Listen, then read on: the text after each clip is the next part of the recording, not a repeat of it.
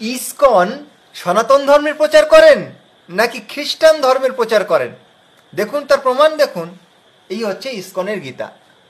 এই গীতাতে 17 নম্বর অধ্যায়ের 11তম শ্লোকে এখানে দেখুন তাৎপর্য লিখছেন স্বয়ং প্রভুপাদজি।